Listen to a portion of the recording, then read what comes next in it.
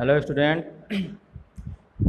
तो आज सामाजिक विज्ञान में आज हम पढ़ेंगे नागरिक शास्त्र। नागरिक शास्त्र का पहला अध्याय सत्ता की साझेदारी। देखिए, नागरिक शास्त्र को मालूम है सामाजिक विज्ञान के 4 पार्ट हैं 10 में। इतिहास, नागरिक शास्त्र, अर्थशास्त्र और भूगोल। तो इतिहास के बाद आज हम नागरिक शास्त्र पढ़ेंगे। उसमें का पहला अध्याय सत्ता की साझेदारी। देखिए, नागरिक शास्त्र जो है सिविक्स सिविक्स ये जो सिविक्स है, सिविक्स मीन्स नागरिक शास्त्र, ये 2 शब्दों से मिलकर बना है।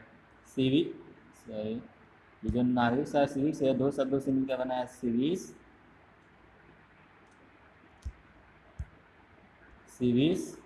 और सिविटास। सिविस और सिविटास। नागरिक शास्त्र 2 शब्दों से मिलकर बना है। सिविक्स 2 शब्दों से मिलकर बना है, सिविस और सिविटास। सिविस का क्या अर्थ होता है? सिविस का अर्थ होता है नगर। सिविस का अर्थ होता है नगर और सिविटास का क्या अर्थ होता है? राज्य। सिविस का अर्थ होता है नगर और सिविटास का राज्य। मतलब ये कि नागरिक शास्त्र क्या हुआ कि नगर और राज्यों में रहने वाले लोगों का, रहने वाले नागरिकों का अध्ययन ही क्या होता है? नागरिक शास्त्र। हम नागरिक शास्त्र किसे कह सकते हैं?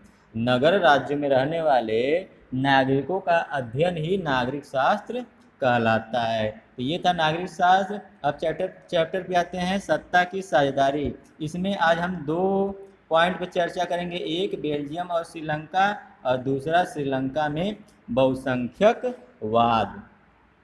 देखिए, बेल्जियम और श्रीलंका। बेल्जियम के बारे में सबसे पहले हम पढ़ेंगे कि बेल्जियम जो बेल्जियम है वो यूरोप का एक छोटा सा देश है।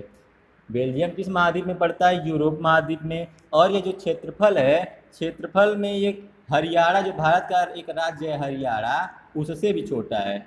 बेल्जियम एक छोटा सा यूरोप का राज्य है और क्षेत्रफल में वह किससे? हरियाणा, जो भारत का एक छोटा सा राज्य हरियाणा, उससे भी छोटा है। इसकी राजधानी क्या है? इसकी राजधानी है ब्रुसेल्स। बेल्जियम की क्या राजधानी है? बेल्जियम की राजधानी है ब्रुसेल्स। तो बेल्जियम के बारे में हम पढ़ेंगे। बेल्जियम एक छोटा सा देश है जो हरियाणा से भी छोटा है। अब इसकी सीमाएं जो हैं, इसकी सीमाएं किस किस से मिलती हैं? फ्रांस में, फ्रांस से मिलती हैं, नीदरलैंड से मिलती हैं, नीदरलैंड, उसके बाद जर्मनी से मिलती हैं और फिर लग्जमबर्ग से मिलती हैं। लग्जमबर्ग। तो इसकी सीमाएं 4 देशों से मिलती हैं यूरोप के। कौन कौन? फ्रांस, जर्मनी, नीदरलैंड और लग्जमबर्ग। अब यह आबादी में, इसकी जो आबादी है वो 1 करोड़ से अधिक है। इसकी आबादी कितनी है? लगभग 1 करोड़ के आसपास। 1 करोड़ से अधिक है, तो लगभग 1 करोड़ से अधिक है।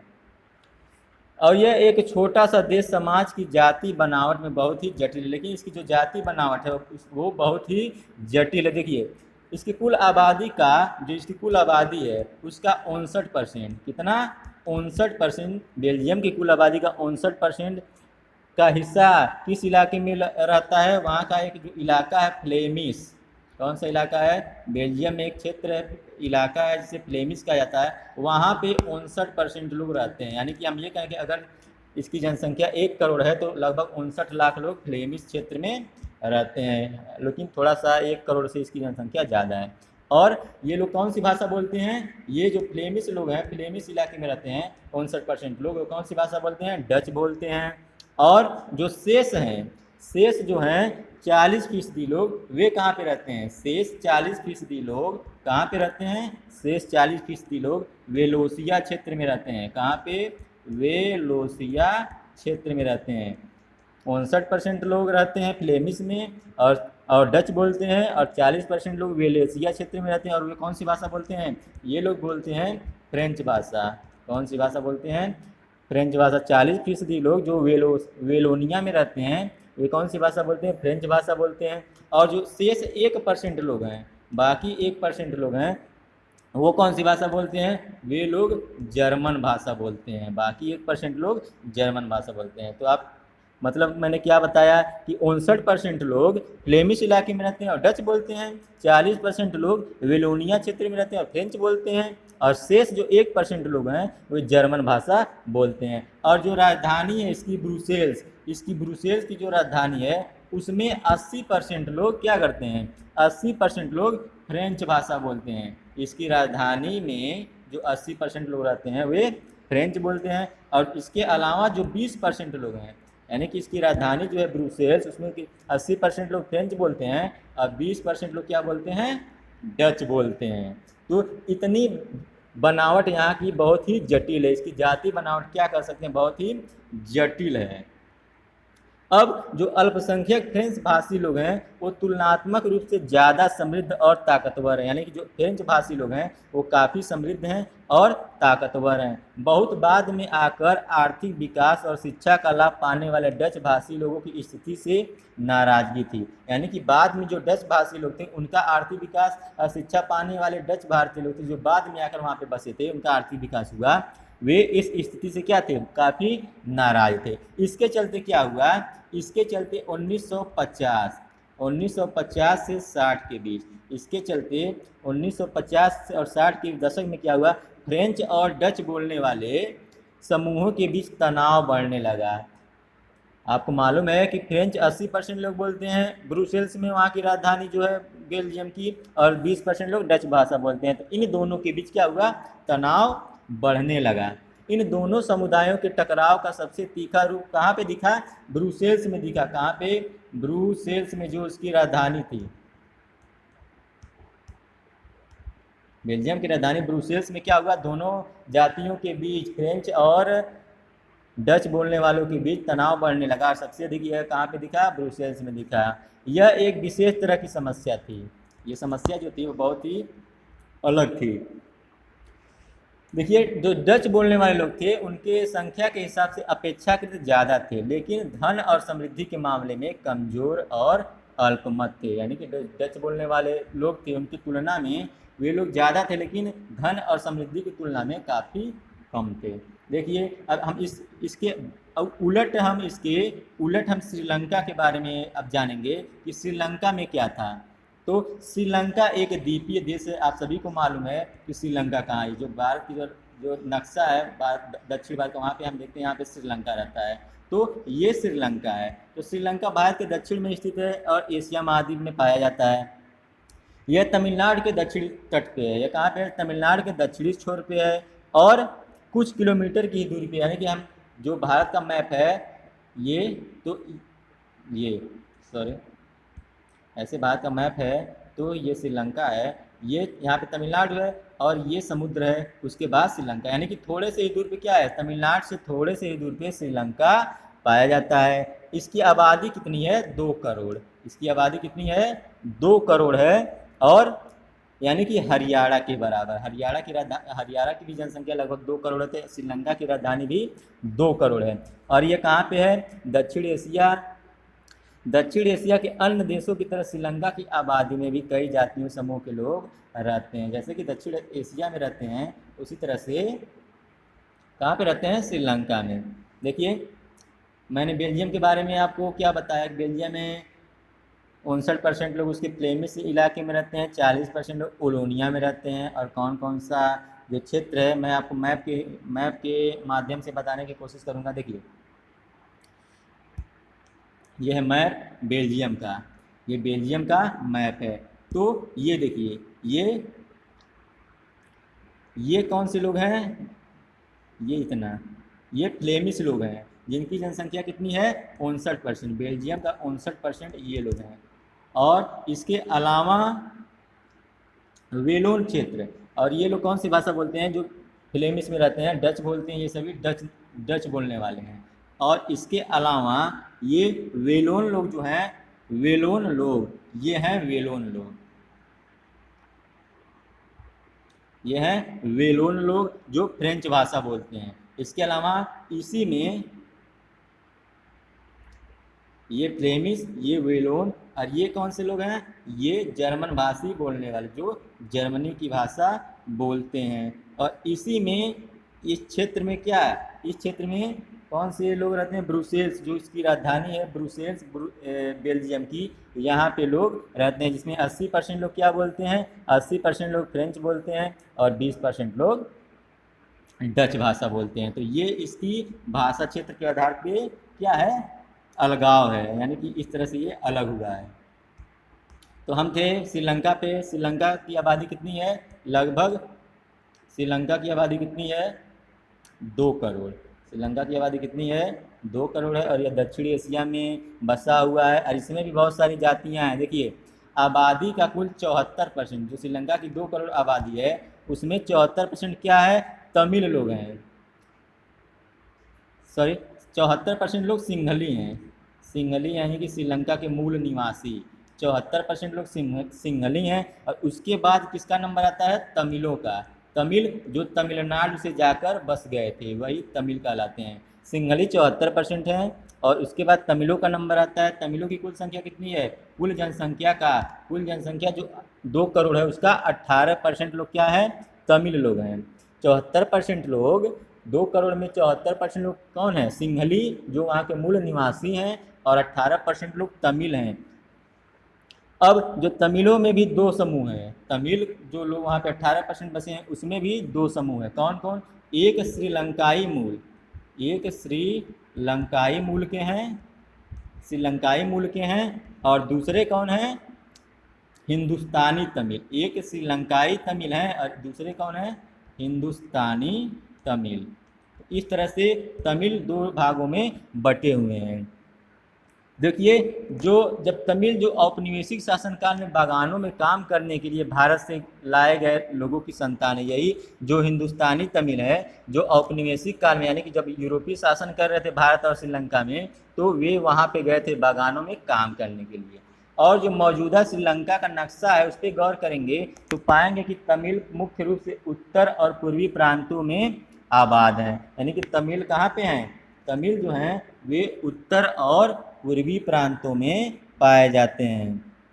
इसके अलावा अधिकतर सिंहली भाषा लोग बौद्ध हैं, यानी कि सिंहली लोग जो हैं वे कौन सी भाषा बोलते हैं? बौद्ध धर्म को मानने वाले हैं। जबकि तमिल भाषी लोगों में कुछ हिंदू और कुछ मुसलमान हैं। देखिए, जो सिंहली भाषी लोग सिंहली बोलने वाले हैं उनमें अधिकतर लोग कौन हैं? बौद्ध हैं। सिंहली बोलने वालों में कौन से धर्म के हैं? कौन से धर्म को मानने वाले हैं? बौद्ध धर्म को मानने वाले हैं। और जो तमिल भाषी लोग हैं उनमें हिंदू और मुसलमान हैं। तमिल भाषी में कौन कौन है? हिंदू और मुसलमान हैं। और जो सिंहली भाषी लोग हैं वो बौद्ध हैं। देखिए, श्रीलंका की जो आबादी है उसमें ईसाइयों का भी हिस्सा है। उसमें ईसाई कितने परसेंट हैं? 7%। श्रीलंका की आबादी में 7% ईसाई हैं, और वे सिंहली और तमिल दोनों भाषाएं बोलते हैं। ये जो ईसाई लोग हैं वे सिंहली भी बोलते हैं और तमिल भाषा भी बोलते हैं। अब सोचिए कि अगर बेल्जियम में डच भाषी लोग अपनी बड़ी संख्या में के बल पर फ्रेंच भाषी और जर्मन भाषी लोगों पर अपनी इच्छाएं थोप दें, यानी कि आपको मालूम है कि बेल्जियम में डच भाषा बोलने वाले लोग ज़्यादा हैं, अब वे कम भाषा बोलने वाले फ्रेंच और जर्मन पे दबाव बनाने लगे तो क्या होगा? उनके बीच लड़ाई और बढ़ जाएगी। यानी कि अगर जहाँ पे जनसंख्या जिनके लोगों की ज़्यादा है वे लोग कम जनसंख्या वाले लोगों पे दबाव बनाने लगे, अपनी बातों को थोपने लगे तो क्या होगा? आप सभी को मालूम है क्या होगा? टकराव बढ़ जाएगी, तो उनके बीच की लड़ाई और बढ़ सकती है। तो संभव था कि इससे देश बट जाता है। तो इससे क्या होता है? इससे देश के बटने की संभावना बढ़ गई थी। इसलिए क्या किया गया?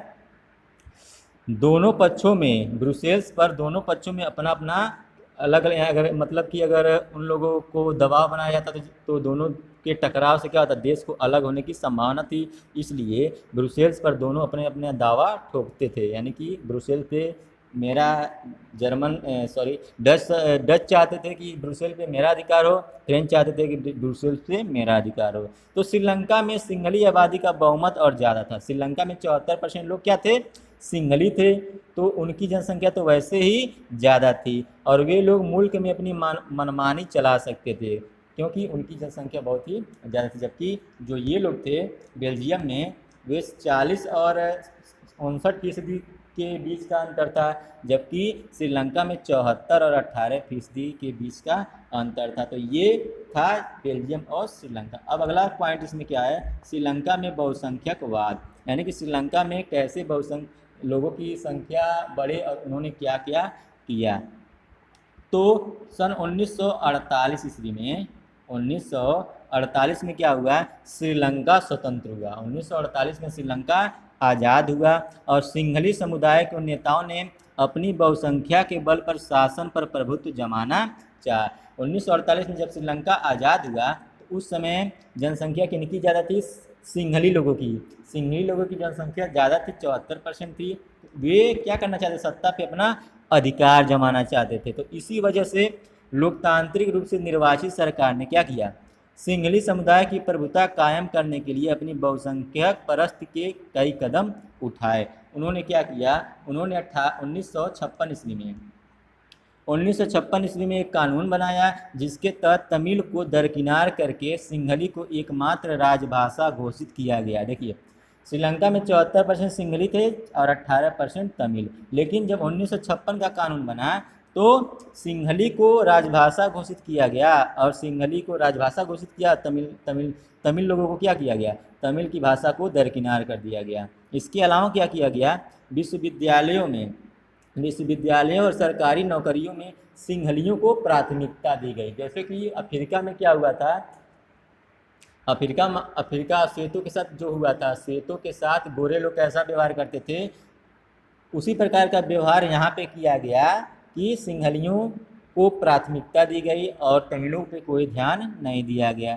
नए संविधान में यह भी प्रावधान किया गया कि सरकार बौद्ध मत को संरक्षण और बढ़ावा देगी। और बौद्ध को मानने वाले कौन लोग थे, सिंहली लोग ही थे जो बौद्ध धर्म को मानते थे। फिर क्या हुआ, एक एक करके आए इन सरकारी फैसलों ने श्रीलंकाई तमिलों की नाराजगी बढ़ा दी। यानी कि अब श्रीलंकाई तमिलों में नाराजगी बढ़ने लगी और शासन को लेकर उनमें बेगानापन बढ़ाया। उन्हें क्या लगा कि बौद्ध धर्मावलंबी सिंहलियों के नेतृत्व वाली सारी राजनीतिक पार्टियां उनकी भाषा और संस्कृति को लेकर असंवेदनशील हैं। यानी उन्हें लगा कि जो बौद्ध धर्म को मानने वाले सिंहली लोग हैं वही शासन सत्ता संभालेंगे और तमिलों की संस्कृति को बाद में चल के क्या करेंगे, उसको प्रभावित करेंगे और सभी राजनीतिक पार्टियों में किसका अधिकार होगा, सिर्फ सिंहलियों का ही अधिकार होगा। तो ये सोच के वे क्या थे, वे काफ़ी परेशान थे। इसके अलावा उन्हें क्या लगा, उन्हें लगा कि संविधान और सरकार की नीतियाँ जो हैं उन्हें समान राजनीतिक अधिकारों से वंचित कर रही हैं। यानी कि सरकार ने जो नियम बनाया है वो क्या हो रहा है, उससे उस नियम से क्या हो रहा है, उस नियम से जो ये लोग हैं सिंहली लोग सरकार पे दबाव बना रहे हैं और क्या होगा, बाद में जाके सिंहली लोग इस शासन पे अपना अधिकार जमाएंगे और तमिलों को शासन में न तो कोई अधिकार मिलेगा, न तो उनको कोई अलग प्रकार का कोई अधिकार दिया जाएगा। उनकी भाषाओं को, उनकी संस्कृतियों को भी धीरे धीरे क्या किया जाएगा, समाप्त कर दिया जाएगा। तो ये सारा भेदभाव उन लोगों के साथ किया जा रहा था।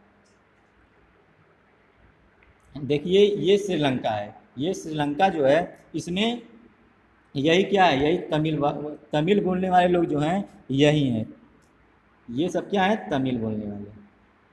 इसके अलावा ये श्रीलंकाई तमिल बोलने वाले, जो श्रीलंका के तमिल वाले, ये जो है ये क्या था, ये है भारतवंशी तमिल, जो भारत के लोग तमिलनाडु के लोग जो भारत में जाके बसे थे, तमिलनाडु के लोग जो श्रीलंका में जाके बसे थे, ये लोग हैं। और ये जो ब्लैक है ये क्या है, ये है ब्लैक वाला मुसलमान, जो मुसलमान लोग हैं। तो इस तरह से यहाँ की जनसंख्या बटी हुई थी। तो हम पढ़ रहे हैं श्रीलंका में बहुसंख्यकवाद पे। इसके बाद क्या होता है, श्रीलंकाई तमिलों ने अपनी राजनीतिक पार्टियां बनाई। श्रीलंकाइयों ने क्या किया, श्रीलंका के जो तमिल लोग थे उन्होंने राजनीतिक पार्टियां बनाई और तमिल को राजभाषा बनाने को लेकर आंदोलन करना शुरू कर दिया। शिक्षा की मांग की, रोजगार की मांग की। यानी क्योंकि उस समय जो राजभाषा घोषित किया गया था, किसे, सिंहली को राजभाषा घोषित किया गया, तो तमिलों ने क्या किया, आंदोलन किया और पार्टियां बनाई। और इसके अलावा तमिल को राजभाषा बनाने के लिए, शिक्षा का अवसर पाने के लिए, रोजगार का अवसर पाने के लिए उसकी मांग करना शुरू कर दिया। लेकिन बाद में क्या हुआ कि तमिलों की आबादी वाले इलाकों की स्वायत्तता की उनकी मांगों को लगातार नकारा गया। यानी कि जहाँ पे तमिलों की आबादी थी, उन आबादी जहाँ पे तमिलों की थी उसको क्या किया, उनकी बातों को नकार दिया गया। यानी कि इनकी आबादी जहाँ पे कम थी वहाँ पे इनकी बातों को माना नहीं गया। और 1980 ईस्वी में 1980 ईस्वी के दशक में क्या हुआ, उत्तर पूर्वी श्रीलंका में स्वतंत्र तमिल ईलम सरकार बनाने की मांग को लेकर आंदोलन होने शुरू हो गए, राजनीतिक संगठन बनने चालू हो गए। वो कब हुआ, ये आंदोलन कब शुरू हुआ, 1980 ईस्वी में। उसके बाद क्या हुआ, जब ये मांग जब चालू हो गई तो गृह ये कह सकते हैं कि श्रीलंका में गृह युद्ध की तरह छिड़ गया, यानी कि यह तमिलों और सिंहलियों के रूप में एक गृह युद्ध छिड़ गया, क्योंकि सिंहलियों को काफ़ी मान्यता दी गई थी और तमिलों के साथ उस तरह का व्यवहार नहीं किया गया था, तो इसलिए दोनों में टकराव शुरू हो गया, गृह युद्ध चालू हो गया। परिणाम स्वरूप दोनों पक्षों के 1000 लोग मारे गए, यानी कि सिंहली और तमिल का आपस में विद्रोह चालू हो गया और दोनों पक्षों के हजारों लोग मारे गए। अपने परिवार अपने मुल्क से भागकर शरणार्थी बन गए, यानी कि काफ़ी लोग वहाँ से क्या हुए, भाग गए। इससे भी क्या हुआ, कई गुना लोगों की रोजी रोटी चौपट हो गई। जब विद्रोह हुआ, काफ़ी लोग मारे गए, काफ़ी लोग भाग गए, अपना देश छोड़ के, अपना जगह छोड़ के, अपना घर छोड़ के, अपना परिवार छोड़ के, और अब रोजी रोटी के लिए भी उनकी स्थिति काफ़ी खराब हो गई, क्योंकि जब गृह युद्ध शुरू हुआ, काफ़ी लोग मारे गए, परिवार का मुखिया ही नहीं रहा, परिवार ही समाप्त हो गए, कई परिवार ही समाप्त हो गए। तो उसके अलावा जो लोग थे भुखमरी के शिकार धीरे धीरे होने लगे। देखिए श्रीलंका में रिकॉर्ड जो है वह अर्थशास्त्र के हम पाठ में पढ़ चुके हैं कि हमारे क्षेत्र के देशों में आर्थिक विकास, शिक्षा और स्वास्थ्य के मामले में श्रीलंका का रिकॉर्ड सबसे अच्छा है, क्योंकि एक तो श्रीलंका छोटा सा देश था और वहाँ की जनसंख्या भी उतनी अधिक नहीं थी, तो इस हिसाब से श्रीलंका की स्थिति बहुत ही अच्छी थी। पर वहाँ के गृह युद्ध ने क्या हुआ, मुल्क के सामाजिक, सांस्कृतिक और आर्थिक जीवन पे काफ़ी परेशानी पैदा कर दी। और यह जो गृह युद्ध का अंत था वो कब तक मतलब कब हुआ, गृह युद्ध का जो अंत हुआ वो 2009 में जाकर इसका अंत हुआ। और 1900 श्रीलंका आज़ाद कब हुआ था, श्रीलंका आज़ाद हुआ था 1948 में, और कुछ टाइम बाद ही श्रीलंका में विद्रोह चालू हो गया था 56 के कानून बनने के बाद। तो लगभग हम ये कह सकते हैं लगभग 40-50 वर्षों तक आंदोलन, ये गृह युद्ध चलते रहे, आपस में ये तमिलों और सिंहलियों का विवाद चलता रहा। अंत में जाके 2009 में क्या हुआ, यह गृह युद्ध समाप्त हुआ। तो आज के लिए स्टूडेंट इतना ही। अगला जो टॉपिक रहेगा अगले दिन, अगले वीडियो में इसको पढ़ेंगे। तो आज के लिए इतना ही। Thank you.